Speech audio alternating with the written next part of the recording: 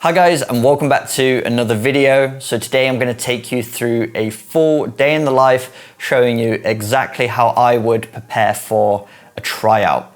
And as someone who's been to many tryouts throughout their career and had both successful and unsuccessful outcomes, I've learned a few things along the way that have helped me best prepare, and I want to share that knowledge with you guys so that you can be equipped to give your best performance and give yourself the best chance of standing out at tryouts. And there's a really good reason why I've chosen today's topic, because I have a really exciting announcement to share with you. So I'm absolutely buzzing to share with you that I've partnered with health and nutrition leader Abbott and Real Madrid to help announce the Abbott Dream Team. So this summer, Abbott and Real Madrid are touring around the USA, scouting young American footballers and putting together a dream team who will later this year travel to Madrid to train at none other than Ciudad Real Madrid, the home training facility of one of the best clubs on the planet, and receive tutelage from Real Madrid coaches. So Abbott is the health sciences and nutrition partner of Real Madrid Football Club, as well as the global partner of the Real Madrid Foundation. And together their partnerships already helped thousands of people all around the world learn about the benefits of healthy nutrition and an active lifestyle. And now with the Abbott Dream Team, they're putting those values into practice and taking a huge step towards their goal of improving the lives of 3 billion people by the decade's end. In order to select players for the Abbott Dream Team, Abbott and Real Madrid are hosting tryouts in 5 major cities around the US, including Chicago, Washington, DC, Philadelphia, Dallas, and LA. I unfortunately don't meet the age criteria for the tryouts, otherwise I'd be all over this opportunity. However, if you do, you can sign up via the link down below, www.abbottdreamteam.com. But good news, I will be at some of these tryouts doing a bit of scouting of my own, as well as getting to meet and greet some of you guys, as well as maybe kick the ball around a little bit. So make sure you look at the link down below, see if you meet the requirements, and sign up to a location nearest to you, and hopefully I'll see you there. So now with the announcement made, I'm going to take you through a day in the life on how I would prepare for an opportunity such as this. Even if you can't make this specific tryout, the advice shared in this video will help you with future opportunities. So make sure you bring a pen and paper along. We've got a lot of information to get through, both on and off the pitch, and we're going to boost our performance and give ourselves the best chance of standing out at a tryout. So let's get into it. So how I prepare for a tryout is the exact same way I prepare for a match during the season. So during the season, my entire week is structured in a way that allows me to perform at my best on match day. So that means taking care of my nutrition, means taking care of my training, my hydration, and also my recovery. So I treat tryouts that exact same way. I'm preparing for the opportunity at hand. So the first pillar is nutrition, making sure I'm fueled, got enough energy to meet the demands of the training session, but also recover in a way so I'm growing, rebuilding stronger, and also ready to go for match day. So what we do for breakfast is usually go light, because I like to get to the pitch early. I typically get to the pitch around 8 o'clock. So I'll have my first meal of the day between 6:45 and 7, a light breakfast so it doesn't sit heavy on my stomach, but still some macronutrients and energy so I'm fueled for the session. So I'll typically have a coffee with 20 grams of protein. I'll have 2 bananas for some potassium and natural sugars so I'm fueled for the session, plenty of carbs in here as well. I'll have a greens drink to get some antioxidants, also some water in there. And then I'll be sipping water throughout the morning. Staying hydrated is absolutely key. So it's a nice light breakfast, but at the same time, plenty of fuel in here to get me ready for my first training session. Before I hit the pitch, usually I'll do a quick mobility routine. I do this every day. It takes just 5 minutes or so. So I'm gonna walk you through that mobility routine right now. So here's a simple mobility routine I've been doing before every single training day for the past couple of years. And I wish I began this routine a lot earlier on in my career, because since performing these exercises, my body has never felt so good, it's never moved so well, and the number of injuries I've experienced over the past couple years has never been so few. And it only takes 4 or 5 minutes out of your day. So it's really worth that small investment to keep you on the pitch for longer. So as an athlete, you're putting a lot of stress, especially on the back, the hips, the knees and ankles. So these exercises are designed to increase your range of motion and loosen up those areas so you have a better posture, more equilibrium between your right and left side of the body, which is going to help you move more efficiently and also reduce the risk of injury. Because if you have tightness in some area of the body, another area has to overcompensate, and that's how you get those overuse injuries that keep you off the pitch. I myself have experienced these types of injuries before. I used to have a lot of tightness in my hips that I wasn't really aware of, and so my groins and hip flexors had to overcompensate for that tightness, and I actually ended up staying off the pitch for many months when I was at FC Tulsa.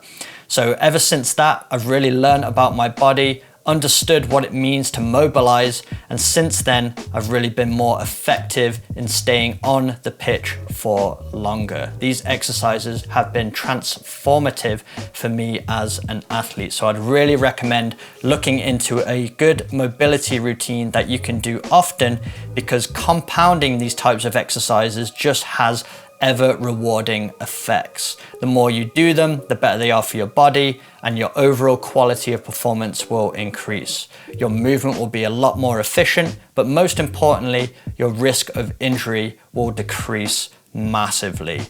So as you can see here, a lot of focus on opening up those hips. It's an area of the body that we often overlook as footballers, but we're doing so many actions that put stress on that area. When we're swinging our legs, when we're changing direction, when we're accelerating, it puts so much load on the hips. So it's important to mobilize those to keep them healthy. So as you can see here, opening up, moving through each movement. That's the key with mobilization exercises, is having movement through the stretch. We want to get them into a stretched position and then include some kind of movement. That's going to translate better into our movements on the pitch. And I also like to spend some time working on each side of the body individually, and that gives me a good comparison between the right and left side of my body. If I start to notice that one side of the body is a little bit tighter than the other, I know I've got to pay special attention to that area and try and get it equal so that I reduce my risk of injury and move better on the pitch. So this routine particularly literally takes me 4 or 5 minutes, but the investment is so worth it. I'm able to stay on the pitch longer, feel better, and move better. So getting into the final couple of exercises here, mobilizing the spine, which is another area of the body that I often see athletes overlook, especially when we're striking the ball. We're aggressively rotating our torsos, which can put a lot of stress on the spine. And you might experience some back problems if you're not working on mobilizing it often, and that's going to keep you off the pitch and affect pretty much every single movement in the body. So as you can see here, finishing off with some knee raises. So really working on putting those hips through a lot of different movements, and that's the mobility routine complete. So just pulling up to the pitch, we are going to go through an individual training session, but I managed to get some intel into what drills and criteria Abbott and Real Madrid are going to be assessing the players on. So I'm going to be able to actually show you what drills you'll be doing at these tryouts. So let's look at the criteria that Abbott and Real Madrid are going to be assessing the players on. So 40% of the assessment is going to be on game performance evaluation. So they're going to be looking at your positioning, your game understanding, your decision making, your effectiveness in a match situation. And then 40% is going to be on technical fundamentals. They'll assess this during the match, but they're also going to put you through some drills to see what level of technical ability you have. So your ability to dribble, strike the ball. That's why it's really important to do these individual sessions to really sharpen up that technique. And then 20% of the evaluation is intangibles. So how you behave off the pitch, your leadership qualities, your ability to motivate other people, how you interact.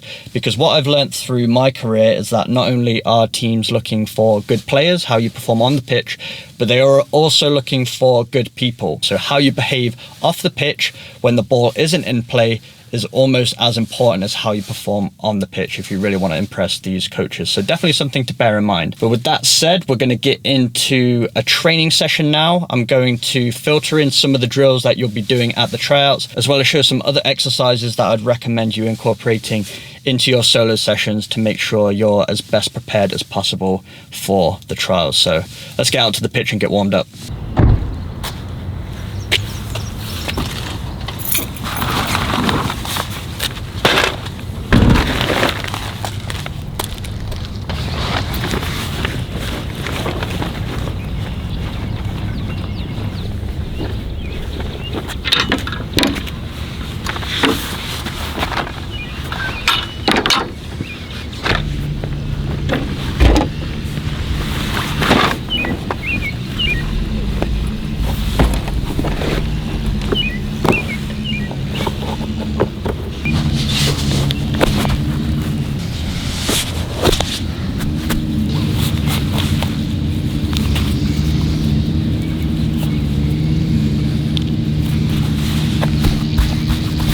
So as with every training session, we begin with a dynamic warm-up. Spend 5 to 10 minutes on this one, especially if you don't do mobility before your sessions. Take a little bit of extra time with your dynamic warm-up. Not only are you going to improve the performance of your training session because you'll be more activated so you can go through the drills more explosively, but you're also going to reduce the risk of injury. We want to warm up those muscles gradually and then get into more intense exercises.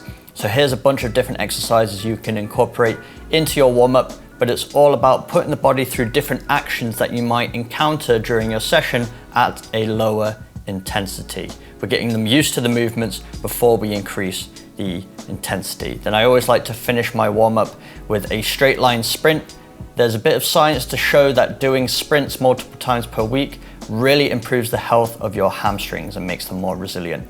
Then as part of my warm-up, I go into some fast feet exercises, really good for coordinating the footwork, also getting you focused, strengthening the bond between the mind and the feet. And you're also going to switch on a bunch of fast twitch fibers as well. So the 3 exercises I'm demonstrating, I'll go through them 10 seconds each and then repeat the circuit 3 times. As you can see, we're also involving our arm movements too. It's important to synchronize our upper and lower body actions. That's how you move more effectively and efficiently around the pitch. And you'll notice with these 3 exercises, I'm varying up the angle in which I perform the fast feet action. So we start from side to side, forwards and backwards, and now we're involving diagonal movement because football is a multi-directional sport. Then we add some change of direction. As I just mentioned, football is a multi-directional sport, so you're going to be changing direction at high speeds. So you want to train this often so you can load up the joints, the tendons, the ligaments, so they can deal with changing direction at high speeds. The more you do these kinds of exercises with proper recovery in between, you're going to strengthen up those areas so you can accelerate, you can push off and change direction with more power, and you're also going to be less susceptible to injury. So I just went through this particular exercise 4 times. Then as you can see, it's a very slow jog back to the starting point between each one. You want a full recovery so you can attack each repetition with high intensity. Making sure you're going through these explosively is what's going to give you the best results in your speed on the pitch. So we're making sure we're changing direction, stutter steps, coordinating our feet. This is where the fast footwork comes in, and then we accelerate out of the turn. So this is the first exercise you'll be assessed on at the Abbott Dream Team trials. So it's progressive weaves. So they're testing your ball control, your use of both feet, and your ability to manipulate the ball. So we're placing down 10 cones with 1 step or 1 yard between each one. And then there's a few different exercises they're going to be evaluating on. So the first one is single cuts. So we're using the inside and outside of each foot individually. They want to see the difference between your right and left foot, if you have a good balance of control between both. We're taking accurate touches between the gaps. And then we go into our left foot. So again, making sure we have a balance of control on both sides of our body. This is going to make you appear more of a complete player. Then we go into double cuts. So we're using both feet now, exchanging the ball between our feet again, using the insides and outsides of both feet. And then finally, we're gonna go into rollovers. So we're gonna incorporate the sole. So you can see between these exercises, we're involving all the different surface areas of both feet. So the scouts and coaches want to see that you have the ability to control the ball with all the areas of both of your feet. So we go through these exercises there and back. You can repeat this 2 to 3 times if you want to, until you feel like you've got a mastery of the exercise.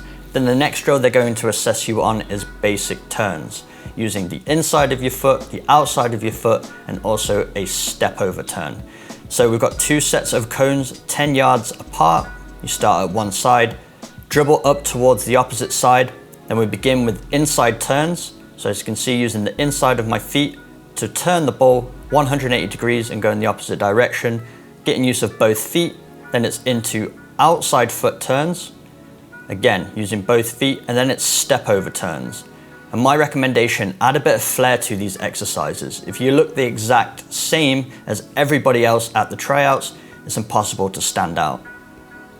And then we're gonna go into some passing work. So part of the assessment is gonna be your 1 and 2 touch passing. They'll assess it both with drills and also in open play. So it's important to get those nice and sharp. So starting off with some basic 2-touch passing, I'll go for about 20 reps on the right foot and 20 reps on the left. Then progress into some 1-touch passing. This is gonna help you with your speed of play. If you can get the ball on the move with 1 touch, you're a faster player and you're gonna be more impressive to the coaches.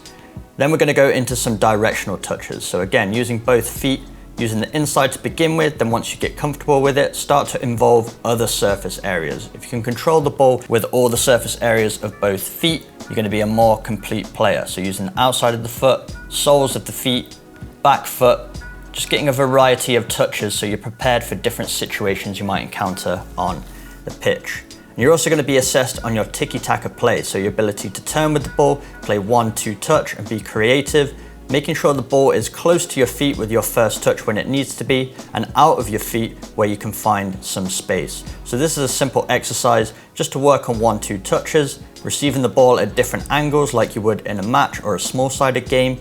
And this is gonna really prepare you for those scenarios at the tryouts where you'll need to control and move the ball quickly. So spending a good 10 minutes working and polishing your fundamentals is really gonna set you up nicely so you're ready for the trials. Another area of your game they're going to be assessing is your 1v1 dribbling. At the tryouts, you'll be up against an opponent, but it's great to practice some moves in your training sessions so you have a selection of moves that you can rely on when it comes to the tryouts.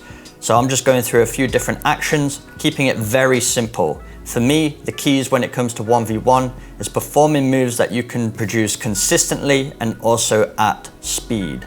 So as you can see, sometimes I'll go to the right, sometimes I'll go to the left. It's important that you have the ability to go both directions as it helps you remain unpredictable. Sometimes I'll even use the outside of my foot to finish just to show that I'm versatile and can adapt to different situations. But getting an equal amount of reps on the right and left foot with your finishing is really important. Then we go into some 2-touch finishing. So at the tryouts, you'll have players on the goal line, either side of the goal post, serving in the ball to the D. And then you're gonna work on setting up with your first touch and then striking with your second touch. So they want to see how you set up the ball and how you strike it from top of the box. I'm sure you've seen teams doing it as well as seen it on my channel many times, but this 2-touch D exercise is very common amongst professional teams. It's just a simple way to polish up your first touch and finishing. So I'm just practicing receiving the ball from the left-hand side, then I'll also move the rebounder to the opposite side because you'll be receiving from both sides at the tryout, and I'm also making use of both feet. As a bonus, you can even practice some 1-touch finishing because you never know at these tryouts, they might throw in an extra challenge and start to work on your 1-touch finishing as well. So if you can equip yourself for all possible scenarios, you're gonna be better prepared when it comes to the tryouts. So as you can see here, getting a good balance of right and left foot strikes. Another area they'll be assessing you on at the tryouts is volleys. So this demonstrates your ability to time and judge the ball while it's in flight and make a clean connection on the ball. If you're inside the box receiving a cross, If you can take it in one touch, you can catch the goalkeeper off guard, and also when you're inside the box, you often don't have much time to take a touch, get it out your feet, and then strike. So working on your volleys is a great way to be efficient inside the box, which is going to give you more chance of scoring in these situations. So again, work on using your right and left foot, as well as receiving the ball from different positions. Then as my suggestion, I'd recommend going into some position-specific exercises. At the end of the day, you're at a tryout to show your personal skill set. So you want to demonstrate what exactly you bring to the table. So for me as a winger, I want to demonstrate that I can dribble and cut in and strike. Because as a winger, if you can score goals, you're going to be a very valuable player. So whatever position you play, come up with a drill or a scenario that you'll find yourself in very often during a match, polish it so you can be more valuable in that position when it comes to the tryouts, because not only are you going to be assessed on your technical ability, but also your ability to take those actions into a match. So I just went through a few repetitions at the end to get myself polished, putting the drill in the exact area of the pitch I'm going to find myself in during a match. And then to end the session, I went through a fitness activity because it's really important to be fit as a footballer. You might not necessarily have a fitness test at the tryouts, but it's easy to identify if a player is coming in fit or not. So if you can show that you've prepared for the tryout, it just puts you in a favorable position with the coaches. So to set up this exercise, I'm starting at the sideline.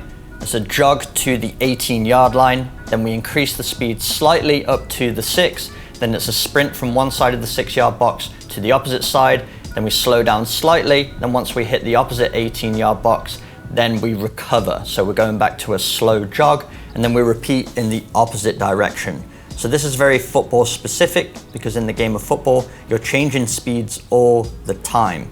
You're never going at one speed for the entire session. Sometimes you'll be jogging, sometimes you'll quickly have to get into a sprint. So if you can mirror this type of running in your training sessions, you're going to be better prepared. So for this drill, I went there and back 5 times, so 10 lengths in total. And that was a good amount of fitness just to end the session. If you do these kind of exercises consistently, you're going to find your cardiovascular endurance increasing, and you're going to be able to meet the demands not only of training sessions, but 4 90-minute matches much better. But what's really important is making sure your running is football specific. That's going to help you meet the demands of a 90-minute football match. And after the fitness, that was the session complete.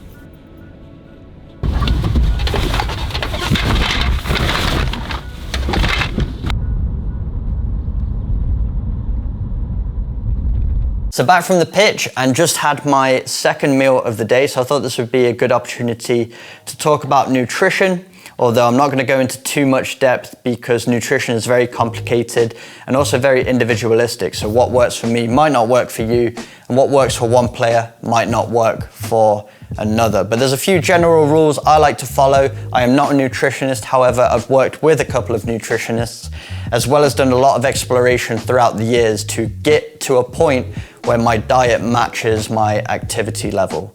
So I'm going to share a few of those rules with you. And this is also why I'm really excited to work with Abbott, because as a health and nutrition leader, I'm going to absorb even more knowledge through working with them that I can then pass on to you guys. So we're both going to benefit.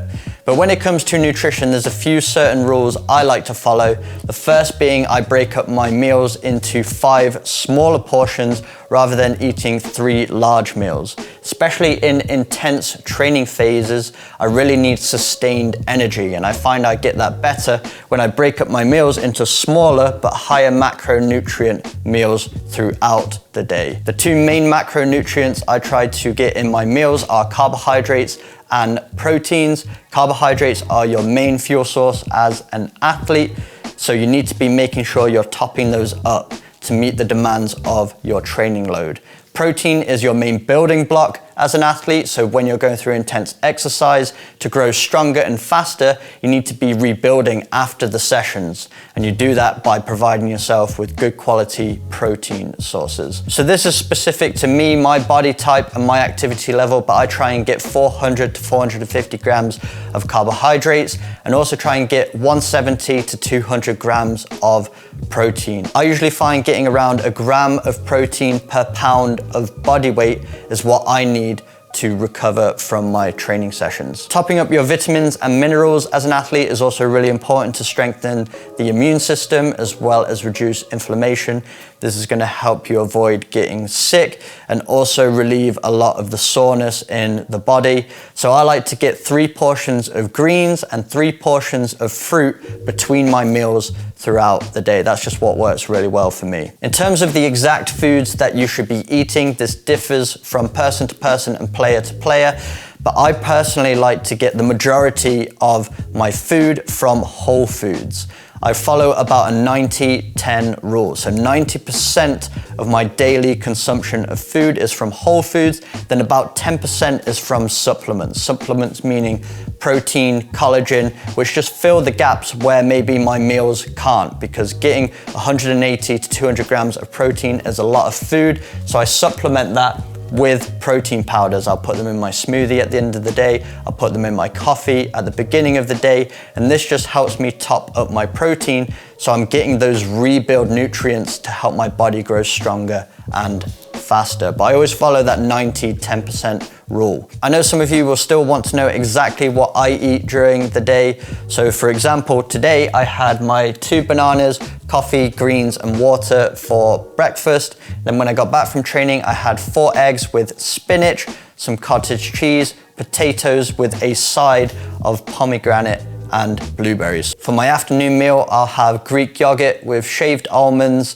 some honey, some cashew butter, and some more mixed berries. For my evening meal, I'll have a lean protein sauce. I'm having a chicken curry with white rice and broccoli. And then a couple of hours before I go to sleep, I'll have a protein smoothie, mixed berries, bananas, milk, protein powder, and a little bit of peanut butter. So that's just an example of what a day of eating looks like for me. And from those foods, I generally get the right amount of carbs, the right amount of protein, as well as the right amount of vitamins and minerals. And then in terms of hydration, which is really important, I try and get about 4 to 5 liters of water per day. What's really important about hydrating is that you're sipping water throughout the day. I used to be one of those players who would forget to drink water for a couple of hours, remind myself, and then try and drink as much as possible to overcompensate. Unfortunately, the body just doesn't absorb water well that way. It's much better to sip water consistently. Something that's been really useful for me is to carry a water bottle around with me. If I have this water bottle at the pitch on my desk as I'm doing work, it's always a reminder that I should be sipping water. And my goal is to get through 4 of these per day. And then this combined with some of the other beverages I have, my greens juice in the morning, as well as a couple herbal tea before bed, that allows me to get that 5 liters of water, which I found to be a good enough amount of water to keep me hydrated, keep my energy levels up, and fuel my sessions. So those are a few nutrition guidelines I like to follow. Try them out for yourself and see what works and what doesn't. Remember, nutrition is very individualistic and your goal is to find what works for you. So for the next couple of hours, I'm gonna do some work and then we're gonna get into a body weight workout this afternoon. So I do 3 workouts per week, 2 are in the gym and 1 is at home. So in the gym, I'll do an isotonic workout to start the week. That's putting the muscle under tension through movement. So movements like squats, push-ups, pull-ups, things like that. And then my second workout of the week is usually plyometrics. So this is a lot of jumping and explosive actions that translate into quicker speed and explosiveness on the pitch. If you want to see workouts that demonstrate those kinds of exercises, I'll put links to them on the screen right now. But my third workout of the week will be isometric. So this is where you put the muscle under tension, but it's not moving. So things like planks and wall sits. But I found doing a combination of these 3 types of workouts keeps my body strong, keeps it fast and explosive, and also helps me reduce my risk of injury. So this is a workout you can do at home or in a hotel room, anywhere. You don't need any equipment. So let's get into it. So here's a full body workout that you can do at home using just your body weight. So we're gonna start out with wall sits. So we place our lower back on the wall, bend our knees 90 degrees, really engage those hamstrings, quads, glutes, and core. This is a great overall leg strengthening exercise. It will really warm up the muscle fibers in the thighs. Then after 30 seconds, we're gonna go up onto the balls of our feet. So we're still engaging all of the muscles we previously worked on, but now we're going to engage the ankle muscles. Working on that ankle stiffness is really gonna boost your performance on the pitch and reduce the risk of injuries. You're also gonna strengthen the feet with this exercise. Then we're gonna go into some lunges. So we're gonna prop one foot up on a surface so that we can work on one leg individually. Not only is it important to strengthen both legs at the same time, but working on each leg individually will allow you to get a good balance of strength. If we're equal on both sides, we move more efficiently and reduce the risk of injury. So for this exercise, I'd recommend going for 10 repetitions on each leg. Slow downwards phase, and then fast and explosive on the upward phase. Then we're going back up against the wall. I'm gonna work on some more ankle stiffening exercises. So we're going up onto the ball of our feet, really engaging the calf. This will engage most muscles in the leg, but we're really stiffening up those ankles and strengthening the foot muscles. So we're gonna hold this pose, leaning forward 45 degrees, holding each leg for 30 seconds. This will be a pretty strenuous exercise if you're not used to it, so build up to it if you have to. Then we're gonna go into a horse pose. The horse pose is great for strengthening up pretty much all the muscles in the legs. You're gonna feel all of the muscles contracting to keep you stabilized, and you're also gonna have to engage your core to remain balanced. The goal is to keep your back straight, you're wide, almost like you're sitting on a really wide horse, trying to get them as far apart as possible, and then bend as close to 90 degrees as you can, and hold that pose for 30 seconds. Then we're gonna go into some glute bridges. So we're on our back, then we lift our hips towards the sky, knees are bent 90 degrees. You can make this more intense by bringing your heels closer towards you, and you're really engaging those hamstrings and glute muscles. These are gonna be great for preventing injuries in the hamstrings, which is a very susceptible area of the body to injury. As an explosive athlete, a lot of that stress is being put on the hamstrings. So if we do 20 seconds on both legs and then 10 seconds on each leg individually, we're really gonna contract all of those muscle fibers in the hamstrings and strengthen them up. Then we're gonna work on some core. So we're starting with a front plank. So we're going onto our forearms, and then we're straightening our back and engaging our core. Tighten up that full core is really gonna help us stabilize and be more efficient through pretty much every single movement. So we're gonna start with 20 seconds on the front and then do 20 seconds on each side to engage the obliques. And this is really gonna help you build a strong core foundation. Then we're gonna do some Copenhagen's to work on strengthening those inner thighs, which is another area of the body that's susceptible to injury as a footballer when you're striking the ball and sprinting, changing direction. So we prop our leg onto a platform, and then we're lifting our hip, trying to make a straight line between our knee and shoulder. So you'll feel this very intensely on the inner thigh, but over time, you'll find yourself being able to perform it for longer, and you'll get that strength benefit in the groins. Then we go into some push-ups with mountain climber action. So we push up and then we bend our knee and drive our knee towards our chin. So we're gonna work on some upper body here and also engage that core. Upper body strength is really important even for footballers. A lot of your power is generated from your upper body movements. Then I'm including a bonus exercise, which is handstands. This is optional. You might have to start going up against a wall to begin with, but since I started doing handstands a few years ago, I found my overall core strength and upper body strength went through the roof. This really stimulates all the muscles in the upper body and really challenges that core to keep you balanced and upright. I like to try and hold for 20 seconds as stable as possible. Then you can repeat this workout 3 times through. So we are almost at the end of our training day, but there's still one area of preparation that we still haven't touched upon yet, and that's recovery. And recovery is one of the most important steps. And if you don't take care of your recovery, you leave yourself susceptible to injury, fatigue, and overall lowered performance. So there's a few things we can do throughout the day that helps stimulate blood flow. And when we stimulate blood flow to the working muscles that have been through strenuous exercise, that provides them with nutrients and speeds up the healing process. We can use a massage gun to stimulate blood flow in certain areas. We can use a foam roller, we can use compression boots, we can do stretching, salt baths. There's so many different methods, but the way I view these methods is almost supplemental work, because the bulk of your recovery should come from one thing, and you all have access to it. It's completely free, but it's an absolute cheat code for your recovery, and that thing is a good quality night's sleep. This is the best place for your body to be to stimulate healing. A lot of your fatigue goes away, it can rebuild muscle tissue. There's so many good things that happens when you're in a deep sleep. So your number one goal at the end of the day is to get yourself into a relaxed state to give yourself the chance of having a higher quality of sleep. Something I like to do in the evening, about 2 hours before bed, I'll turn off all my screens. So in the next 30 minutes, that's going to be the plan for me, because I'm going to get into bed around 10 o'clock tonight. And then if I'm up by 6 or 7 o'clock, I can get a good quality 8 hours of sleep. And that's always my goal. So I limit my screen time.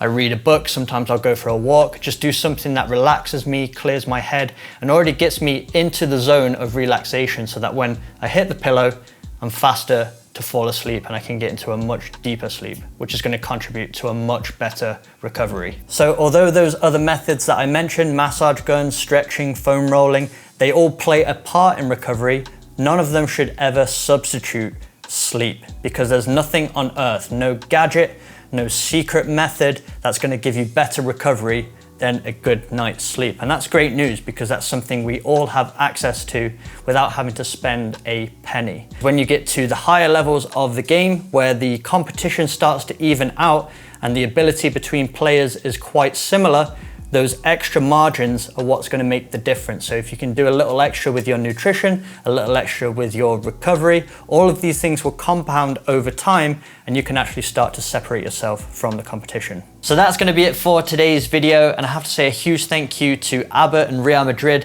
for allowing me to help with the announcement of the Abbott Dream Team. I cannot wait for the tryouts. There's going to be some exciting surprises at each of them. Can't give away too much, but rumor has it they're going to be in some amazing stadiums. There's going to be some special guests.